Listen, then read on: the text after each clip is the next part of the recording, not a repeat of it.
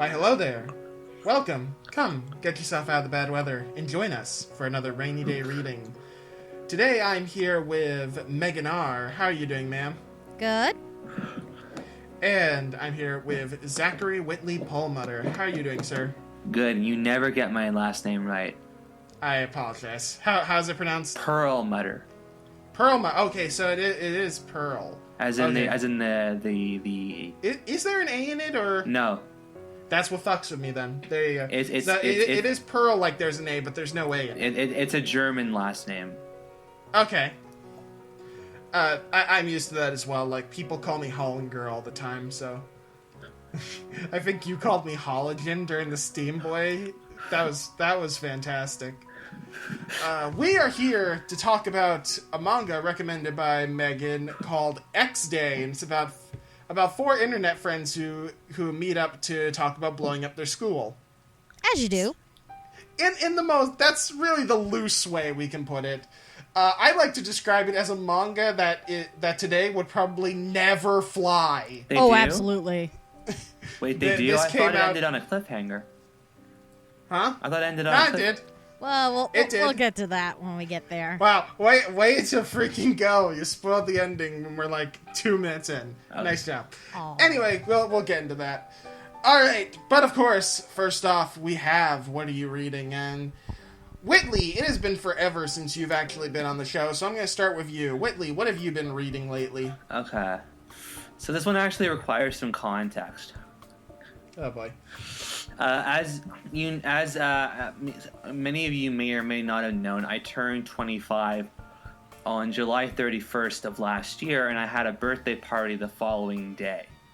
Now, my cousin was originally going to come, but he couldn't come all the way from university on a Saturday to spend time with me.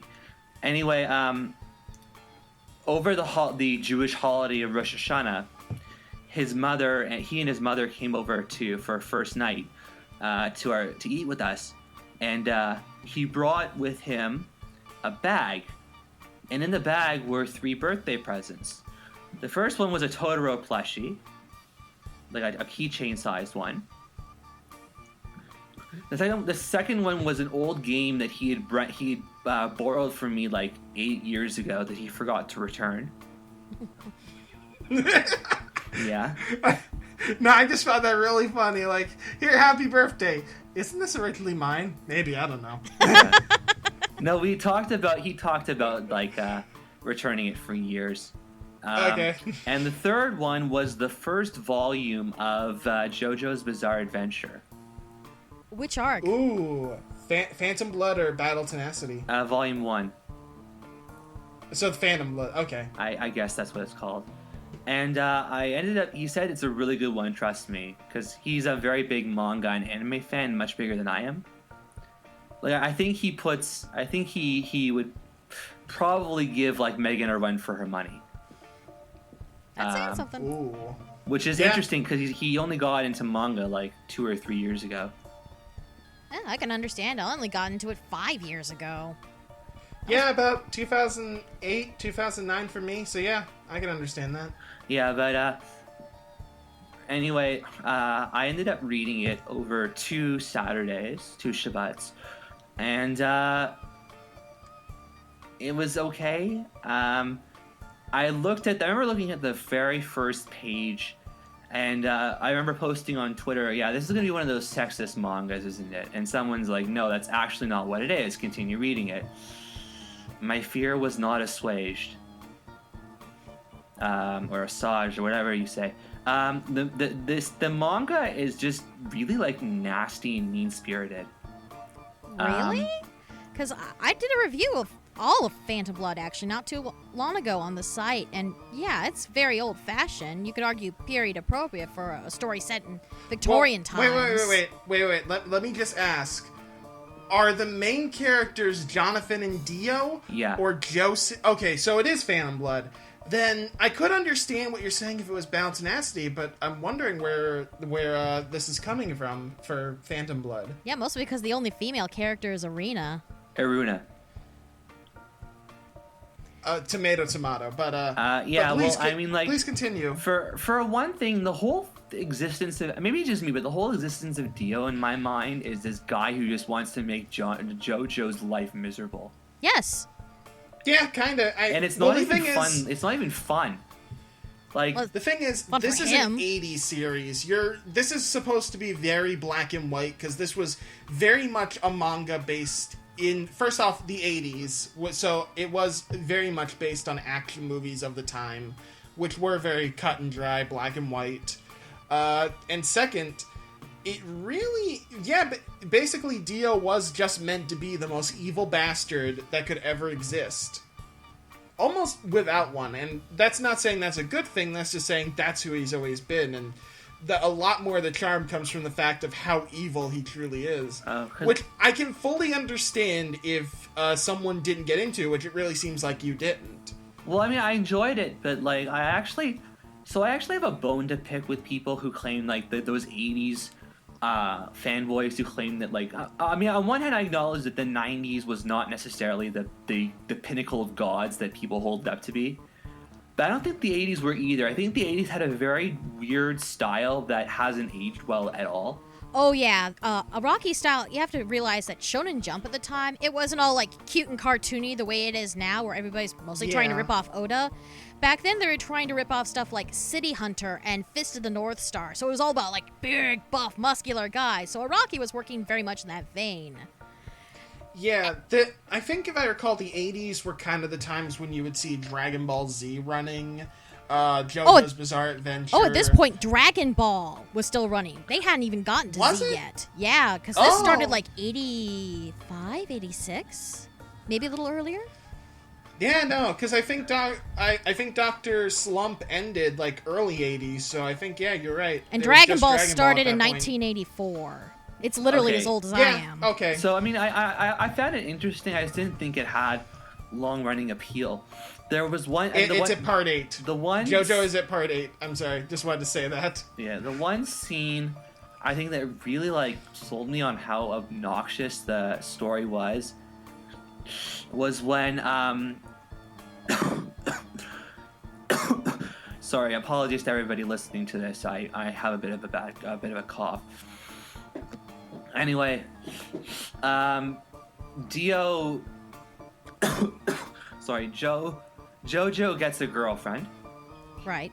And everything seems really happy. And Dio decides to ruin it by forcing her to kiss him. Oh, yes, the infamous... Yeah. It was me! You thought your first kiss would be with Jonathan, but it was with me, Dio! Yes! And then she decides to wash her mouth out with mud. So what does Dio do? She starts, like, beating the crap out of her. Yeah, because he's an evil bastard. Yeah, he's evil. I'm thinking to myself, like, geez Louise, buddy, aren't you going a little too far here? Like, you're not just making Jonathan's life miserable, you're making this girl's life miserable, whom, by the way, has already been treated like crap by everybody else prior. Well, again, he's an evil bastard. He cares about literally nothing but himself and his own goals. And that's before he becomes a vampire. 1 second. Yeah.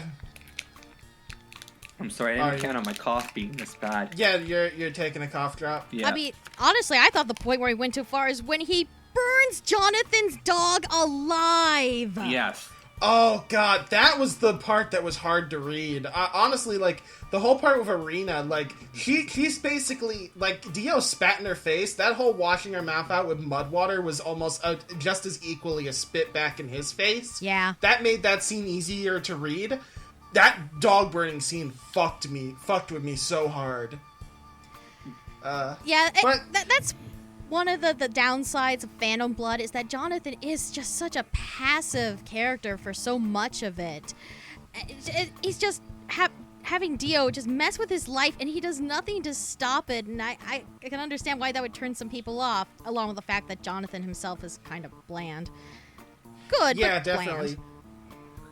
It almost feels like, as well, that in Battle Tenacity, the next part, Araki answers that by making Joseph just, like, the most head-forward guy, like, in the series. Lord, Joseph Joestar is freaking Bugs Bunny in manga form. Yeah. Yeah. Complete with dressing in drag to fool his enemies. Oh, yeah, that was terrible. It was the 80s, everyone. I mean, It was the regardless, 80s. like, I did find it interesting, like I said several times. I just wouldn't continue reading it. Like, I got to a part where it finally got interesting in the last chapter, and I'm like, okay, I'm done. Alright, fair enough. I'll tell you right up front, I'm a big JoJo fan. I know a ton of people on the site are big JoJo fans. It's actually very interesting to hear someone not liking JoJo, because very much the wide consensus is, like, everyone loves JoJo, so I don't hate it. Not that I don't like it, it's just that I don't think it's particularly engaging. Oh, so you're like, would I be right in saying you're in the middle of it then? Like, in the middle of liking and hating it, just, like, not going one way or the other? I mean, my stance is kind of like it's a thing that exists. Okay. I also wonder if it depends on where you start, because most of the people I know who are JoJo's fans either started with the third arc, whether show form or manga form, or they got into it through the show through battle tendency. And those are more lively arcs, and Araki's art is smoothed out a lot between the first arc and the second one, because in the first arc it's pretty awkward. Everybody has these giant bodies and tiny heads. Yeah. But he's got this very lush, almost sensual style that's very distinct, even for its era, and it only gets better as time goes on. I'm sure it does, but I'm not interested. Very true. I mean, the thing is that I'm not, like, averse to everything 80s. I like Studio Ghibli's 80s stuff a lot. But 80s manga takes some getting used to. I can understand that. Definitely. Fully. I'm not even a huge manga reader anyway, but, like, I couldn't get into the story. Yeah. And then the opening shot, like, also kind of turned me off. With the stabbing of that woman as a sacrifice. Oh yeah, the context for the whole Aztecs vampire mask ritual thing. Was that how that manga started? Yeah. I cannot remember anything beyond Dio showing up at... Okay. Alright, well, thank you very much, Whitley. That was interesting. Uh-huh. I don't think we've ever had anyone come on here to talk about JoJo in a more negative light. It's always been very glowing, so I'm very happy to have, like, another opinion on that. This is why I need to get you on more often, Whitley, because your opinions often are very different from everyone else's, and I think that definitely adds it adds a little friction, adds a little spark to it, and I like that. Well, I'm not a manga reader, that might be why. Yeah, no, I understand that, definitely. I think the only time I think you read manga, aside from JoJo, was I think I asked you to do this one. Mm-hmm. Alright. Megan, you're up. What have you got to talk about? Well, lately I've been digging through the library over at Bookwalker, which is a digital manga site. I believe it's run through Kadokawa, though it deals with a lot of other different publishers. And it's in a very eclectic mix. I mean, you get a lot of stuff from, like, Viz's digital library. You get a lot of stuff from Seven Seas. You get a little bit from Dark Horse. But you've also got a lot of these odd little original works, some of which came from, like, J-manga and all that show up. And I love sites like this because they're a source for one of my favorite underappreciated genres, cooking manga, like culinary manga. And the one I want to talk about today is one I find incredibly captivating, despite the fact that I don't think it's terribly good. And it's one called Ekiben Horitabi, written by Kan Sakurai with art by Jun Hayase. Can I just say something quickly? What? When you said cooking manga, I was thinking to myself, wouldn't it be really funny if there was a cooking mama manga? You know, I'm kind of surprised there isn't, considering how long that franchise Yeah. has gone. But can I say one more thing since we've already derailed you, Megan? Yeah. When you said cooking manga, I went squee in my head because I love cooking manga. Yay! Everything from the realistic to just yakitate Japan, I love it. So what this one is about is this guy named Daisuke, and he runs a bento shop in Tokyo. And for his anniversary, he gets a gift for his wife of basically a rail ticket. Because the thing is, he loves trains, especially old trains, and he loves ekiben, which are these specialized regional bento you can only get from, like, particular railway stations along the various national lines. They're all about, the various regional foods. So basically, he gets permission to go on this huge cross-country trip on trains across, north, south, east, west, across Japan, to basically just soak in the sights and eat all the various ekiben he can. So it's a travelogue, basically. But it's like, hey, do you like tons of trivia about old trains you've never heard of? Do you like to hear... Oh my god. Did you seriously read something similar to Miracle Train in that aspect? Not quite, but it's also like, do you like hearing people go on and on about various varieties of regional Japanese food? That this is the manga for you, because clearly you were like a middle-aged Japanese man with very particular interests. That actually kind of upsets me, because I'm not sure if either of you really know this, but I happen to love cooking. Mm-hmm. I actually cook a lot of meals in my spare time, and I used to do it with one of my close friends. I haven't seen it in a while. I should probably fix that. But anyway, and I also was like, when you said cooking manga, I thought to myself, I haven't read any cooking manga. Maybe I should start. But when you're talking about like talking about trains, that's where it lost me. Yeah, and I suspect the culinary side is what keeps me reading, because this is very much like a manga for middle-aged men. Like they're supposed to identify with Daisuke, who's, you know, kind of broad, got a bit of a middle-aged spread going, but he's just very congenial, and he keeps running into these pretty young ladies who are all too happy to soak in his knowledge of various Japanese landmarks and regions and so food it's the Japanese and trains. version of a white man's movie. A little bit, yeah. And the art is very kind of low-key seinen. It's like kind of a knockoff version of something like Naoto Urasawa minus the big honkin' noses. Mm-hmm. And with a lot of rotoscoping, you know, to get like of the various landmarks and trains and whatnot. But he's like, it's weirdly compelling just because it's so odd, because it's something you would never, ever in your lifetime see in print here. But also because I do like, you know, world cuisine. I do like interesting dishes, and it's interesting to see him go on about all these like different ways to prepare fish and noodles and whatnot. And like I said, I don't know if I would call it a good manga. I imagine a lot of people would call it horrendously boring, but I find it weirdly compelling. I can't entirely explain why. I can honestly say that the most obscure food I've ever had was a rice ball. I tried it for the first time this winter. How was it? I've never had one. It was good. I mean, I wanted to make one a while ago, but I didn't know how to. But like when I showed it to my dad, who did not come with me on vacation, he showed it to his sister, and she was horrified. She's like, "What is that thing?" So I said to him, I FaceTimed them both, and I said to my aunt, "Ask your son; he'll be able to tell you." Okay.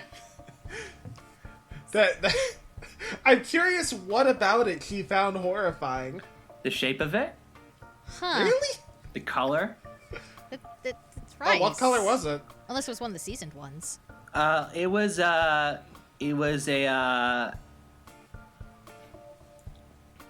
rice ball. It was an onigiri ball with like pureed fried tuna, I think. Okay. Ooh, that sounds good. Yeah. In the center. I mean, look, I'm kind of restricted by the amount of sushi I have because I keep kosher, but there is some really good stuff there down in Miami. I believe it. Yeah, that sounds delicious. Mm-hmm. Yeah. I also tried a spider ball, which isn't really spider, but it sounded Spider cool. crab. What? I presume it's like spider crab. No, like it's made with actual spiders. No, not actual Hi. spiders. It's fish, but it was made to look like spider tentacles. Ah, I see. Okay. So yeah, that's Okay. what I've been reading. Okay. Thank you, Megan. I'll be honest, that does sound something I would enjoy reading as well, so thank you. Alright. I am gonna talk about...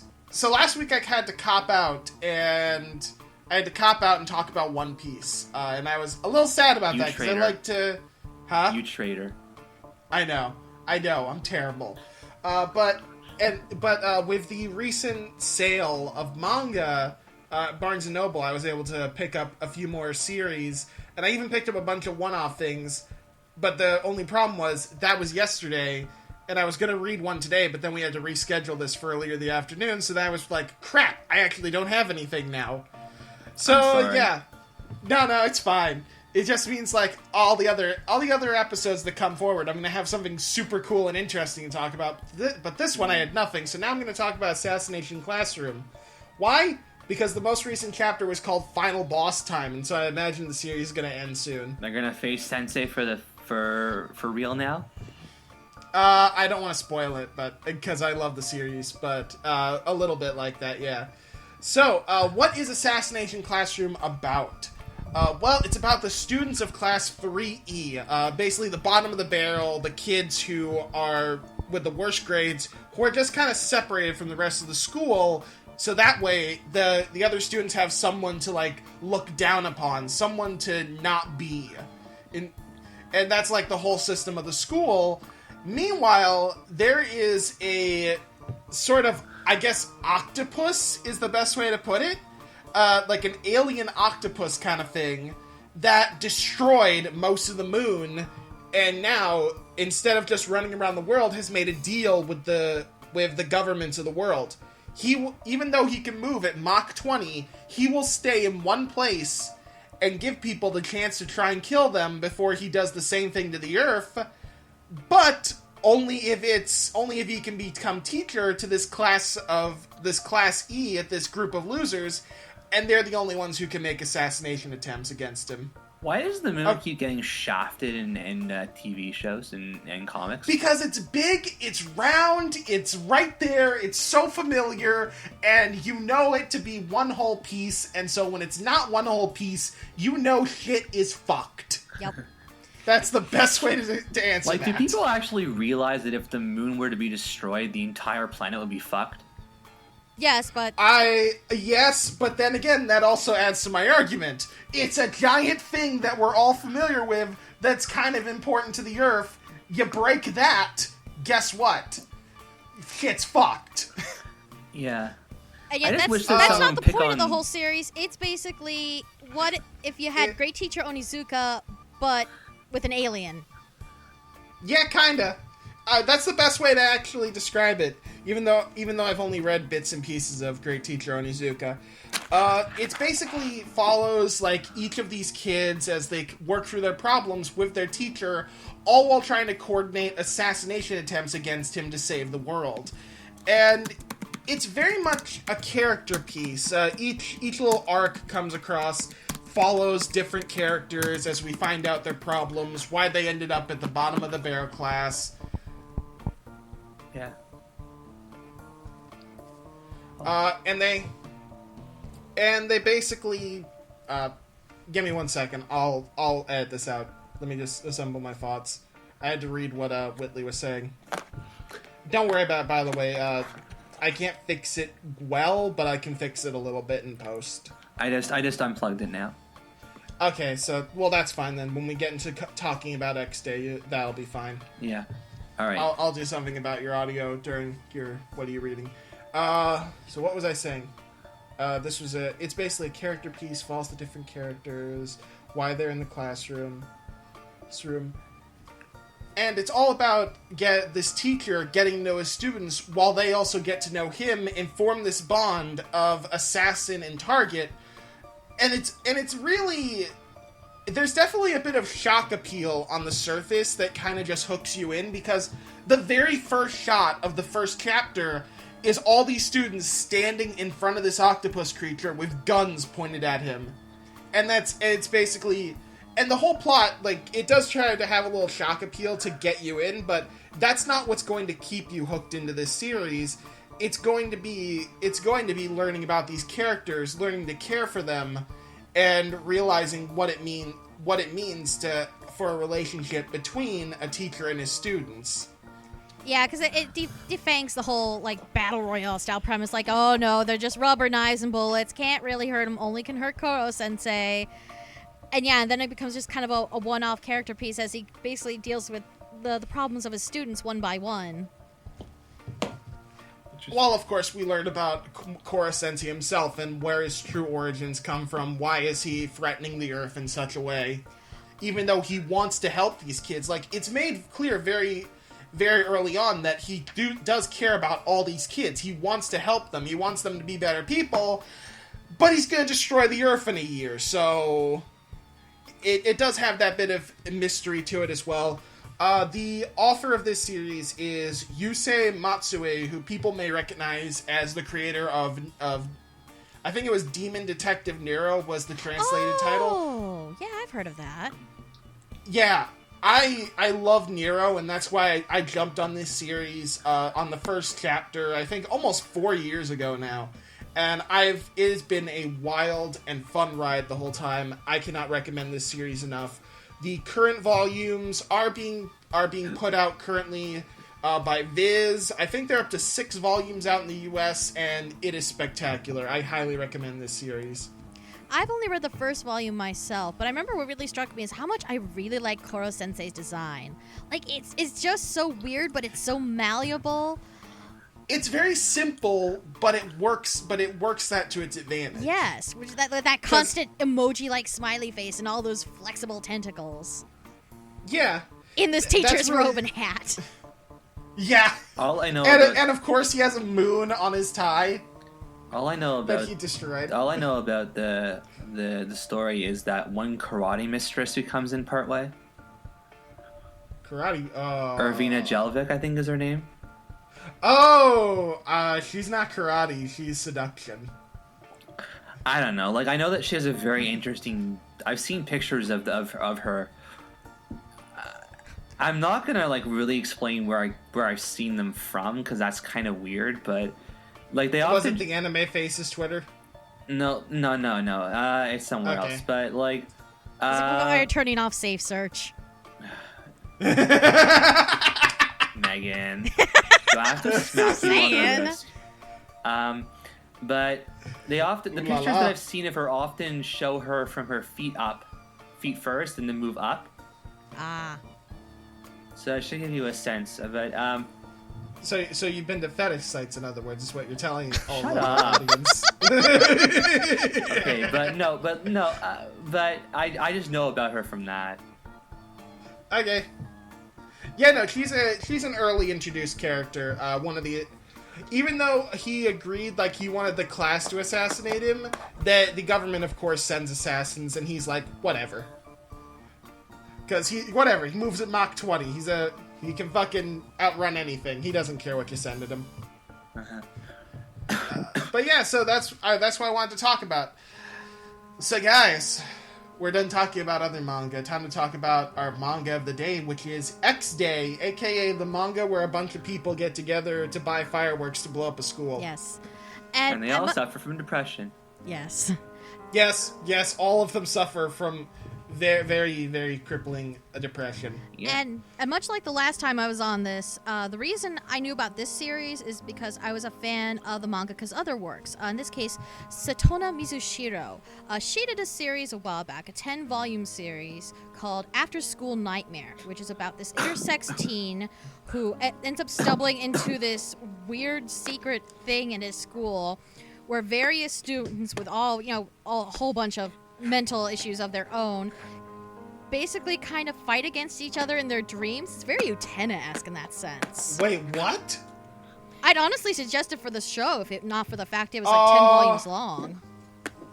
Well, hang on a second. What was the name of that? I'm gonna write that down. After School Nightmare. It was licensed here in full by Gokami, but it's well out of print. But I really liked it. So it's like, oh, has she done anything else? Which is how I found about Black Rose Alice, but that's also how I found about this series, which was this just 2-volume little thing that Tokyo Pop threw out. It's very fascinating. It's always fascinating what everyone brings to my attention when they're throwing out manga for this series, because we basically, the thing we cover on this series is the little series no one has ever heard of. And I read stuff like this, and I'm like, why is it that no one's heard about this? This is very fascinaing. It's absolutely brilliant, but then, of course, it's not huge and flashy and full of fan service, so who notices? No, it's definitely not. Well, I can understand. This was put out about 2003 by Tokyo Pop, so this definitely wouldn't have been something that would have grabbed everyone's attention at the time. Like, I could see this being released now and getting a lot of praise and attention, yeah. But again, like I said, it'd be pretty hard to get this put out because a bunch of people who go to a school planning to blow it up. Yeah, I guess we do have to summarize man. the plot. So yeah, it's, the main character is Rika, and she's basically going through this depression because she lost her place on the track team because of an injury, and also her boyfriend dumped her for her best friend / fellow track team member, who's now basically taking her place on the team. So she's just feeling adrift in life. Like, she has no place, that nobody wants her, nobody loves her. Very typical teenage stuff. But then she stumbles upon this chat room, and she finds these other like-minded people, and they all end up meeting in person. And Rika just throws the thought out there. It's like, what if we just blew up the school? And they're like, she says it as a joke initially. Yeah. And it becomes this very serious thing, but it also becomes kind of the genesis of this bonding between these four very damaged people. You know what? I kind of want to throw something out there. Sure. And I want to. This isn't really. I don't think this is a real thought about the manga. This is just what I took from it. They throw out this idea to blow up the school, and it's just kind of something that brings them together. Mm-hmm. And they all have this one plan to buy fireworks to get gunpowder. This is kind of like, it's brought up occasionally, like everyone bought fireworks. Everyone kind of is working toward that goal. I don't think any of them are really planning to blow up the school. I think all of them kind of just see this as kind of a release, because a big part of this manga is not only dealing with much bigger cases of depression and abuse, but also a lot of the little stuff, and how even though something does seem bigger than the other, like, everyone's depression in a way is kind of equal. There's no one bit of suffering that's worse than the other. Yeah. Right, because the various members of the chat room are all dealing with things. I mean, there's Polaris, who is a teenage girl who's also a bit of a goth loli, but her issues are pretty petty teenage shit. You know, I don't feel like I can be the real me around others. I don't want to do all these things. But then there are others, like a guy who goes by Mr. Money, who has an abusive mother. Like, we're talking burns and slaps and pinches. And beats him up, chokes him. It's all just very horrifying. And it kind of just... But I never feel like the series is saying one person's abuse is worse than the other. And I think that's really... I really appreciate that about this series. Yeah, I think my favorite character of them all was the teacher. Yes, Janglian. He's the biology teacher. I didn't remember the names very well, but his whole shtick is that he's antisocial, and that he hates people because he finds that they're very frustrating to talk to. And he has this whole thing about his pet hamster, to whom he kind of considers like his only friend. And then when the hamster eventually kicks the bucket, he snaps completely. And it's not helped by the fact that the chairman's daughter is essentially stalking him. Yeah. Yes. One thing I really like about this, just, you know what, real quick before we go any further, since Whitley said you're not familiar with character names, and because we should get that out there, let's just run down all the character names real quick. We have Rinka, whose other name is 11. Yes. She's got I don't know, I think she almost has the most petty problems among them, if we really wanted to compare them. Her boyfriend broke up with her. She had her life stolen by almost this other girl on her track team, or at least that's the way she sees it in her mind. Yeah, and she just feels like she's in this hole. Come back, just make things the way they used to be. And mentally, she's like, I can't. Exactly. It does come across that a lot of this is in her head, which that isn't to say it's not real. It's just that everything. It seems like every problem that she has, she almost makes for herself. Well, that's the thing. That's the thing about depression. And to some degree, that's part of being a teenager. Yeah. Yeah, definitely. It's like feeling like you have to keep moving forward. You can't just step backwards. It's really funny because, like, as an adult, I don't know if you guys agree with this. I think one of the most important lessons I was ever told or ever taught was that is that you're a person. You have an entire life ahead of you. There's nothing wrong with just stopping, looking around, and maybe just making a left or right turn somewhere else. Right. That's something I don't think many teenagers would ever understand. you always have to just keep moving forward. People, and in that, and it's not easy because this is just, of course, for me in America. I don't know about the Japanese school system, but I know like when I was going in high school, like the biggest thing I always heard about was, oh, you're gonna go to college, right? You're gonna go to college, right? I was never asked like, oh, what do you want to go to college for? Do you have an idea where you want to go to college? It's just that you're going to college. You're going to college. You're gonna go do a 4-year degree. You're going to college. Yeah. Well, I mean, and this of course was, and just to give a little context to that, my parents have both worked in the food industry for, I think my mother was 20 plus years. My father, almost 3.5 decades, and both of them throughout their entire life. My mother finally got her bachelor's degree in 2001. My father never went to college. He just went from high school to work. And both of them, because of not having a college degree, have like lost out on advancing through their careers or just flat out been fired at points in their life. And so because of that, they've always felt that having a degree is the most important thing in your life. It will open up more doors than you could ever think of, and it's the only thing you should ever focus on when you're young. It's not that true. And that's anymore. how they feel. It's not that true anymore. But here's the thing, even though that's probably true, like, and I've told them that, it's like, that's not completely true anymore. They refuse to hear that because they've experienced so many times being held back in their careers. But the thing is, food service is a career where if you want to work in upper management, if you want to advance, you do need a degree. But there are so many other positions that they're not thinking of. But I understand that because of what they've experienced in life, that's what they want me to do. And really, like, it's really funny because I am in college now. I'm gonna get my associate's soon, and I'm thinking about just going straight to work, not going for the bachelor's immediately. And I can really feel they're fighting against my decision on that. But I mean, I don't know what to tell them.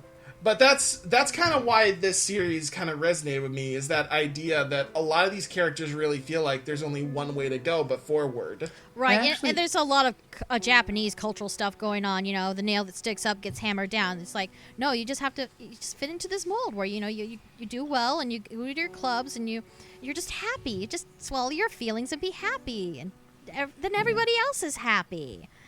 It's actually interesting what Walt said, because I came from a background of very self-discovery. Like, a lot of my close friends in high school took a gap year in between high school and university. They went to Israel, they traveled abroad.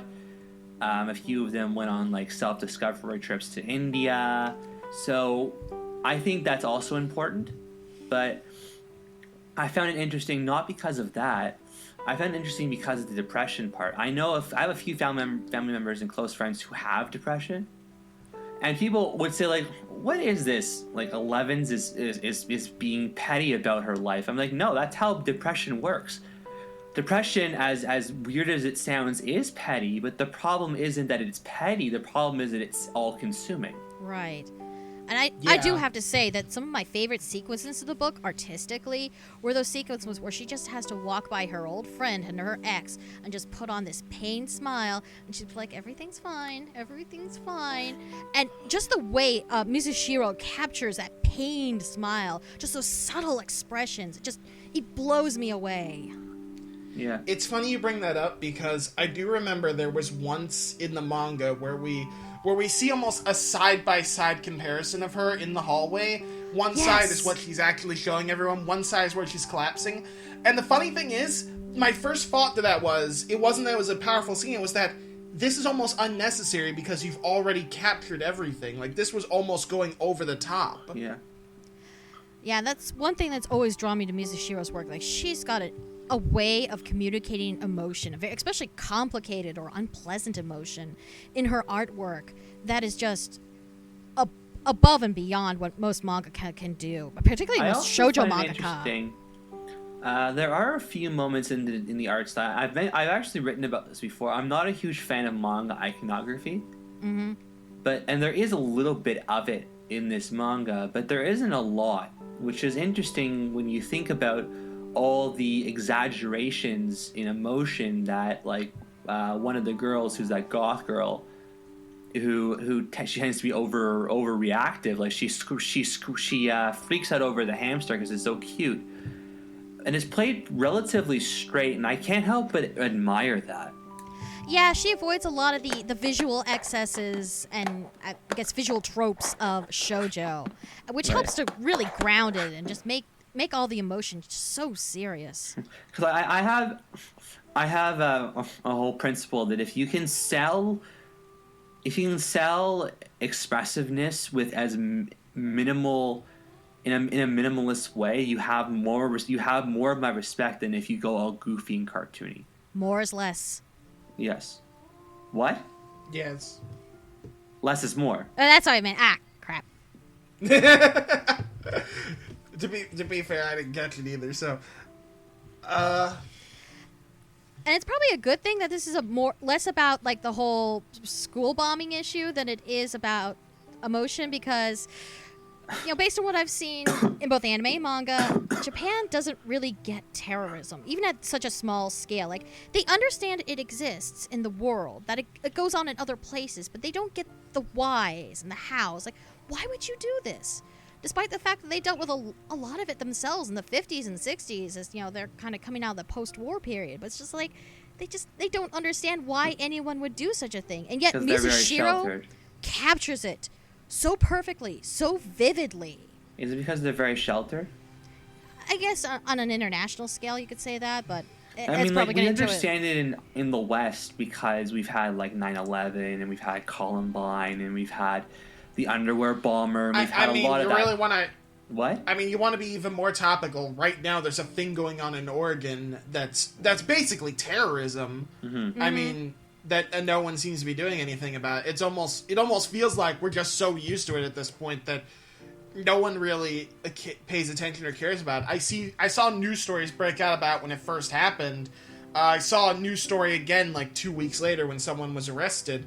But it's like I never hear about that outside of when something big happens, because it's just whatever. I mean, it happens. And right, and even with like school shootings and bombings and various attempts we've seen, a lot of it's sensationalized and tries to get like, oh, why did they do this? How did this happen?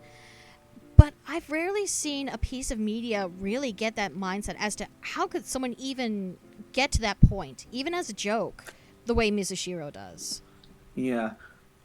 Yeah. I think it's not even really about the bombings at all. Oh, no. No, it definitely isn't. Like, I think that was the whole point. Like you said earlier, like, that was the point with the ending. Like, yes, it's something that probably could happen among these four people, but... It doesn't. It's... In a way, it's really just the idea that they're working towards something together that brings them together that kind of almost solves the problem. You know what? No, I'm not going to... No. I totally get what you're saying. It almost does become a little bit about the power of friendship. But unlike so many manga that trade in that idea, where it's just so goddamn hokey, here it works. Yeah. It does. What I was going to take back was I didn't want to use the word solve, because that's the wrong word to use. It heals? It heals. That's a good word, because healing implies taking time. Solved means it's just done. Just referring by their code names, 11 and Mr. Money eventually hook up together, and you see the last shot of them in bed together. Yeah. And even though I often find that those kinds of shots are a little bit goofy and weird, I don't think that. I find it strange that so many people think of sex as the miracle drug of life's problems. I'm thinking to myself, yeah, that would probably be the kind of resolution they'd need. Yeah. Well, especially for Mr. Money's problem, he would I think that's a good ending. Yeah, no, I think actually for both of them, I think that kind of ending was important for them, just because I think we can say this. Mr. Money's big problem is that because his mother abuses him, he's afraid of women, and... Meanwhile, Rika's just caught in this limbo where she's still in love with her ex, but she hates him. Yeah, and I think, that moment was very much just kind of a moving on point, not fully like healing. I think is the best word we can use. Like all of these characters, they're not solved. Their problems aren't fixed, but they're healing. They're working toward a solution. And that's not to say, and that's kind of the point of the cliffhanger ending. And I'd hate to spoil it, but since it's already been spoiled, fuck it. Thanks, Whitley. I'm sorry. No problem. I just wanted to throw you under the bus. That's kind of the whole point of this cliffhanger ending, that X Day has been postponed. They're not saying that the explosion of the school or something else that happens isn't going to happen. They're just saying that they found a temporary solution. They found something that helps them, and for the time being, they don't need to think about when X Day is coming. Let's talk about the art style for a minute. Yeah, let's do, because I really like Mizushiro's style. It looks very clampy. Yeah, I remember, like, you asked me, like, is this clamp style? And when you were asking that, I was rereading through it, and honestly, I would say that, yes, this is very clamp style. Like, I was hoping you could shed some light on that. Does Mizushiro have any connections to clamp? Like, No, not that I'm aware of, but I would really pin her as anything close into that vein, because Clamp is very stylized. I mean, even in their more pared down modern shonen-y works like Angelic Layer or Tsubasa, but she's clearly got a lot more, I don't want to say a lot more technical skill, but she's working in a far more a grounded art style than not just Clamp, but a lot of shoujo mangaka. Like, yeah. you don't see quite all the harsh angles and the messy hair and the stilt-like limbs that you see in a lot of really stereotypical shoujo. These are very down-to-earth looking people. They look like people. And yet the hands and feet are very stylized. In a way. Are they? They are. I don't I mean, I know it's Matt? kind of weird, but I for like personal reasons I won't get into, I often find that the hands and feet of a character are what I immediately grab my eye. Oh, They I see are what you're very- talking about. There's a little bit of spidery hands. She does have a bit of a history in boys' love, and unfortunately that's endemic. But it's not as bad as some people in that genre. Oh, Lord. Yeah. And then I guess we can also talk. There was an attack. The 10th chapter is like an entirely different story on its own. Oh, I was wondering if you guys were going to talk about the short story as well. I do. I would like if we could talk about it, but only if we're done talking about X Day. Let's finish that up first. Okay.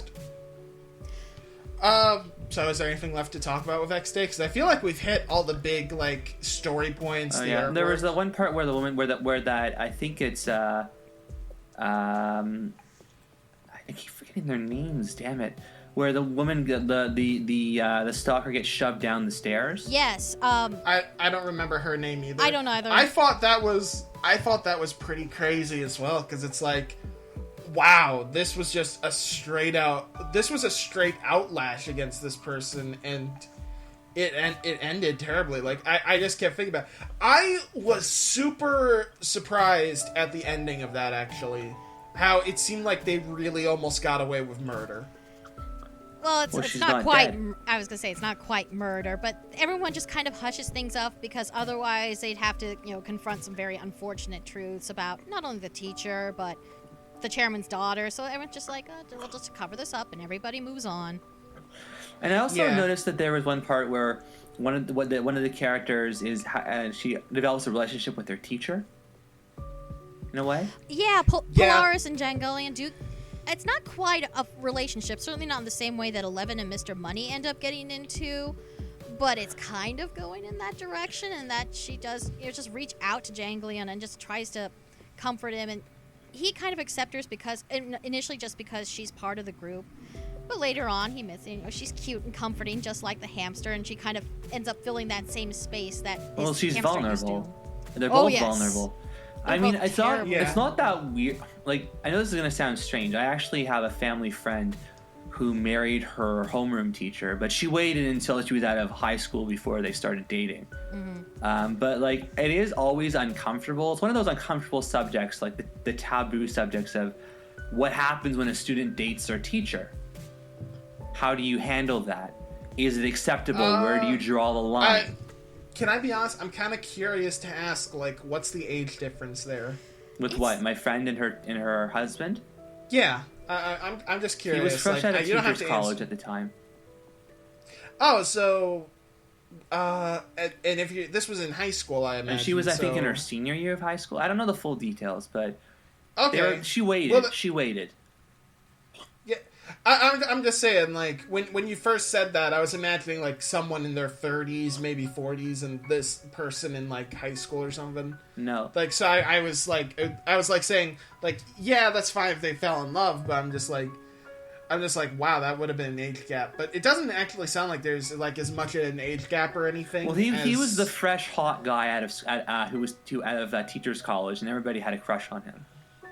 Okay. But, like, in the case of this story, as I was saying, there's that question of where do you draw the line when it comes to student-teacher relationships. Megan, weren't you talking about this before with, like, this series about, like, a 5th grader who was, Oh God, like, First Love stalking- Monster. Why did you make me think of that Yeah. again? Well, no. It sounds like it matches up with what you're saying. Because that one definitely crossed the line from what you were describing. Oh God, yes. So, I don't know. I guess I wouldn't. Well, like, here's the thing. You always hear a lot of news stories about teachers and students and, like, sexual activities, and don't do that. But at the same time, I mean, like, I guess if they, I don't know. I guess it's not professional. It's not professional. If you're dating one of your students. Yeah, I mean, if like, they graduated, if you guys decide to wait, you graduate, and then you're just two people, then it seems right, but it's unprofessional if you're dating or having sexual relations with one of your students. Right. And to bring things So back around, I think that's what I would say. I would say, but to bring it back around to the series, this series I think handles in a very tasteful way. It's not played up. What goes on between Polaris and Ganglion is not played up for fetish material. It's just two very lonely, broken souls reaching out for each other and making a connection. Yeah. Very much so. I would almost say that. I'd almost say that Polaris definitely gets a bit more grabby and hands-on, like, in the later chapters. Mm-hmm. But and I definitely think what was his online name? Janglion. I never figured out how to pronounce it. Janglion. He's definitely kind of keeps his hands to himself more often, but he does kind of. We see, like, a scene when they're on a Ferris wheel. He puts his head. This was right after they pushed her down the stairs, by the way. They immediately go to an amusement park To hide out. which I laughed for maybe 5 minutes when I realized that. That was so totally 'Cause at Polaris' idea. Yes, but, like, at first I was like, wait, why are they getting... Wait, what happened? What? Oh! They totally dicked her ass. Like, I was laughing for 5 minutes when I realized that. But there's definitely... I would definitely say that Polaris definitely got a little more grabby. Definitely was trying to lean toward what Eleven and Mr. Money was going for, Right. but Janglion definitely tried to hold back a bit more as much as he really could. But even then, that moment in the Ferris wheel is also very powerful because he's so antisocial, and it even shows up in his body language. Like, he doesn't, like, literally reach out and touch people. For him to just do something as simple as lean his head against her in comfort. Again, that's just a very quiet but a very powerful moment for the both of them. Definitely. I think there's something that also this manga touches on that is very important, and that's the secretive nature of depression. Yeah. Each of the four characters, like, I remember, I think it was Mara Wilson. Shout out to Mara Wilson, she's awesome. On my Twitter, in my feed, she mentioned. She retweeted a tweet on Mental Health Awareness Day of this guy saying, like, how do two people with depression greet each other? And it sounds like a completely healthy conversation. People with depression are very good at hiding it. Yes, very much so. And you see with these four characters, one of them is always very cheery, one of them is very quiet, one of them doesn't talk to anybody, and the fourth one puts on a smile and doesn't say anything. And those are classic symptoms of depression. Oh, yeah. That's what makes it Yes. so dangerous. But it also actually provides a good jumping point for something else I wanted to point out is that this manga also understands how, I guess, how people can reach out and connect with each other through the internet, particularly people, dealing with depression. Yeah. Because, this came out, like you said, it was 2003, so this came out early 2000s when chat rooms were still very much a thing, and instant messaging. Yeah. And just yeah, when they were new. when they were new, and admittedly that was something a bit nostalgic for me, but it really does capture just Megan, I'm 13. I was 13 then. That's nostalgic for me too. yes, but also capturing that kind of communal spirit that kind of came in those chat rooms in those days of the internet, where it's just these random people stumbling onto each other and just reaching out. And most of the time when they're in the chat room, they're literally just shooting the shit, just having just silly little conversations. But it's such a comfort to them. And that's something that people don't really get. Even if you're not dealing with depression, just even if you're dealing with something else entirely, just how comforting that sense of community you can get through the internet can be. Yeah. I mean, I have anxiety. I don't have depression. I have anxiety. Mm-hmm. And my parents for the longest time did not understand how talking to strangers online could help me. But it actually did. I think people tend to forget that the internet is also a social realm. Yes. And a lot of the social interaction that people were having in the schoolyard, at clubs, in diners and restaurants, they're having online now. Yeah, and I do like that this manga understands that wall that creates just by through the internet, just that distance between people, the use of chat names and all that, how that can let people open up and bond in a way that they couldn't in real life, or at least not initially. Yeah. Yes, very much so. Again, there's just so much. She just understands emotion, and particularly teenage emotion, so well. Yeah. It just kind of blows my mind. This was definitely, I would argue to say, like, I host this show, so I read every manga we cover.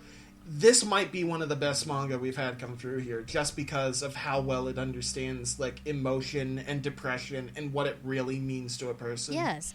And you mentioned before, but right back at the beginning, how this is something that probably would not get licensed today just because of the school bombing issue, but yet I would do really well in a world where A Silent Voice, which is a series that's all about bullying in a very vivid sense, can get so much acclaim and do so well. Yeah, I think if you could re-release this today somehow, it would go over like gangbusters. Mm-hmm. I definitely agree with that. I still stand by it would be extremely hard to get this, like, passed through, like, a publishing meeting. Yeah. Just because of this. Yeah. Like, if you could change it to something, if you could change it to literally anything else, like, I think you'd have an easier time. And if this did get released, I think it would be something that would be picked up on and enjoyed by a lot of people. But I think just with how many schools, how many kids have lost their lives to school attacks, like, you could never get this through a publishing meeting nowadays. Yeah. Thank goodness for Stu Levy and his just picking up anything he could literally grab. I'm actually kind of interested as a side note. You mentioned how it probably wouldn't get licensed today in the West. I'm curious how it would respond. I know this is kind of weird to stretch, but how would we received in a country like Israel where there are terrorist attacks every day? Yeah, that's a good question. That would be that would actually be very interesting. I don't know. I really don't. I can't even, like, make a prediction or try to think about how that would go over. Same here. Because I actually have guys. Israeli friends, and I should probably show it to them and ask them what they think. I'd like to hear that. Yeah. I would actually appreciate it. You could maybe, if you have the chance, do that between now and the next time I have you on. Maybe I'll try write it down and make sure to remember to ask you about that if I could. Yeah. All right, cool. Thank you. All right, guys. I think we've covered X Day. I think we've What about the talked about extra chapter? Yeah, The Last Supper. Yeah, that's what we need to get into. Yeah. So, The Last Supper. The Last Supper is about a world where regular cows no longer exist, so they're created using human DNA, so they kind of look like us. They aside from horns and ears, and they're branded, they're labeled, and they're killed and consumed. And so you have this one cow who tries to run away, but ends up helping and because of it, befriending the child of the ranch he lives on. Yeah. So he ends up becoming a servant, and we see this relationship between them kind of grow. I don't know how much further I can go without spoiling it. Should we just spoil it, or...? Well, we already spoiled the main manga. Yeah, that's true. Until the kid gets the Black Plague, and the only cure is a healthy cow organ, something that at the time is in short demand. And at the ending, in the chilling twist, like they actually don't say it, but it's implied. No, that they never say it, but it is like so subtly thrown in there that it's him, and it's done so well. It's so heartbreaking. It is heartbreaking. I've mentioned last time I was on here. I don't cry when I read manga, but I came pretty close. Yeah, no, that was definitely a very heartbreaking story, The Last Supper. So, I don't know what really to talk about. I mean, that's the best way to put it. It's very heartbreaking. I also got really hungry afterward. You asshole! Fuck you! Fuck you! I had fuck you! Fuck! Oh, I hate you so much right now. I'm sorry. Oh, god damn it! Oh my goodness. Look, But yeah, it was during reading this chapter that I realized, oh, I bet she's done some boys' love, and yes, my investigation confirms that she does. But again, it's handled very subtly. It's not overhanded, and it's less about like any sort of romantic feeling and more about friendship and self-sacrifice in a very literal sense. Yeah, and I think what really sold it is that there was that one part where he opens the diary finally. Mm-hmm. And he sees the alphabet that the cow has been writing, and then he sees that letter. Yeah. Was that a letter? I thought it was just a 4-leaf clover. Yeah, it was a 4-leaf clover. 4-leaf clover, my mistake. Yeah, there you go. And in the comments, someone had said, "Don't read The Last Supper if you plan on living tomorrow." I'm like, yeah. Okay. I've endured far worse. I saw the season 5 finale of Star Wars: The Clone Wars recently. I've seen Grave of the Fireflies. I've seen The Tale of the Princess Kaguya.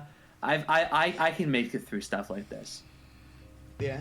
I liked how subtly it was thrown in, how like futuristic and crazy this world is. Yeah. And very old-fashioned too. It's like maybe a couple panels. That's a man-made sun. There used to be a natural one, but it's gone now. This is man-made rain. There used to be natural rain, but it's gone now.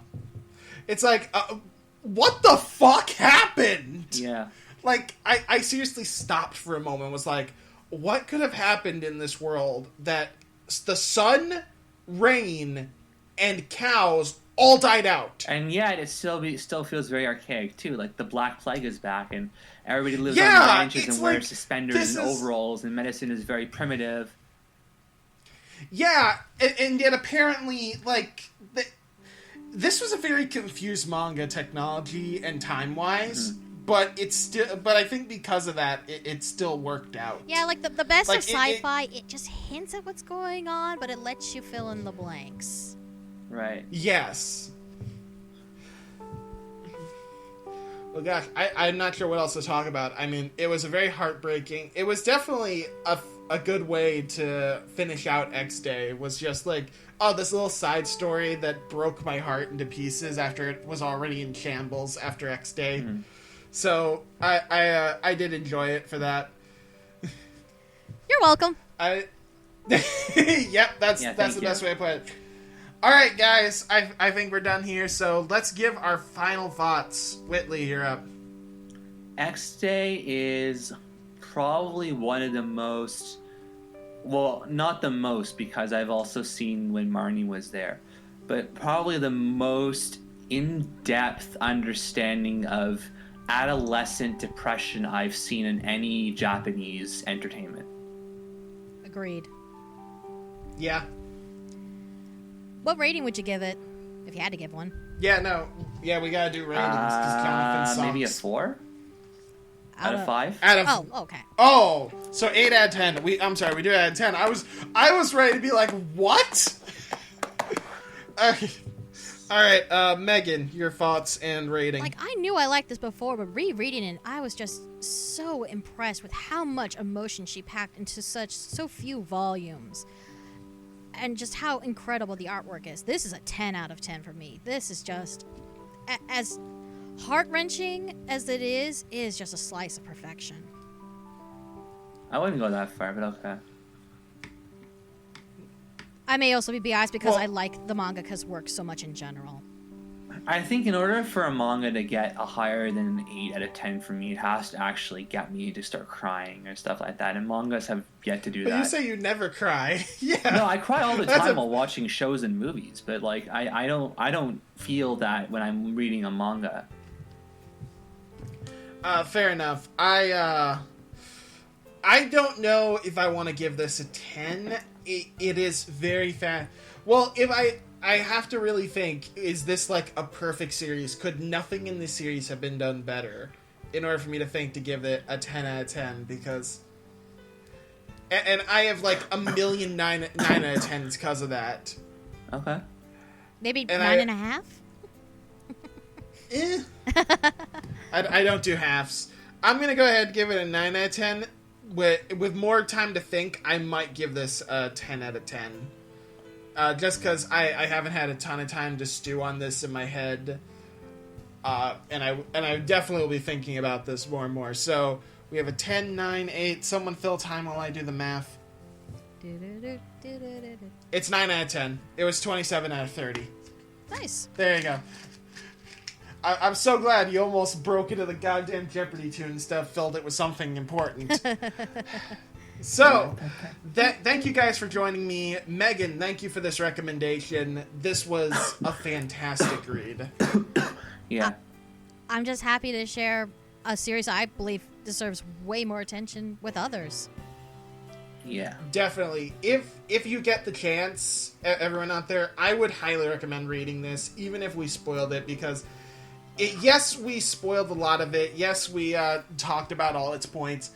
But there is something to be gained from experiencing it yourself. And I think that is very important. Because there are things we did not talk about when we talked about this series. And kind of points that I think points in the story that kind of push what we were talking about even more. Yeah. This is definitely one... You know, there's a lot of crappy Tokyo Pop works out there, but this is well worth hunting down, and because it's a Tokyo Pop work, it's cheap as dirt. Yeah. So you have no excuse. No, I really hope I can find this just in the clearance or right stuff. But anyway, so thank you all, and be sure to join us next time when I'm bringing back Jonathan and Danny to talk about another creepy stalker series. But this time with a creepy stalker Lolita! Yay! Yay! Well, neither of you have to experience it, so you guys can say yay. Hooray! I was being sarcastic. I know. Again, thank you for this recommendation, because next time is going to be Jonathan probably getting mad at another series. But for completely different reasons. Say goodbye, everyone! Bye! Toodles.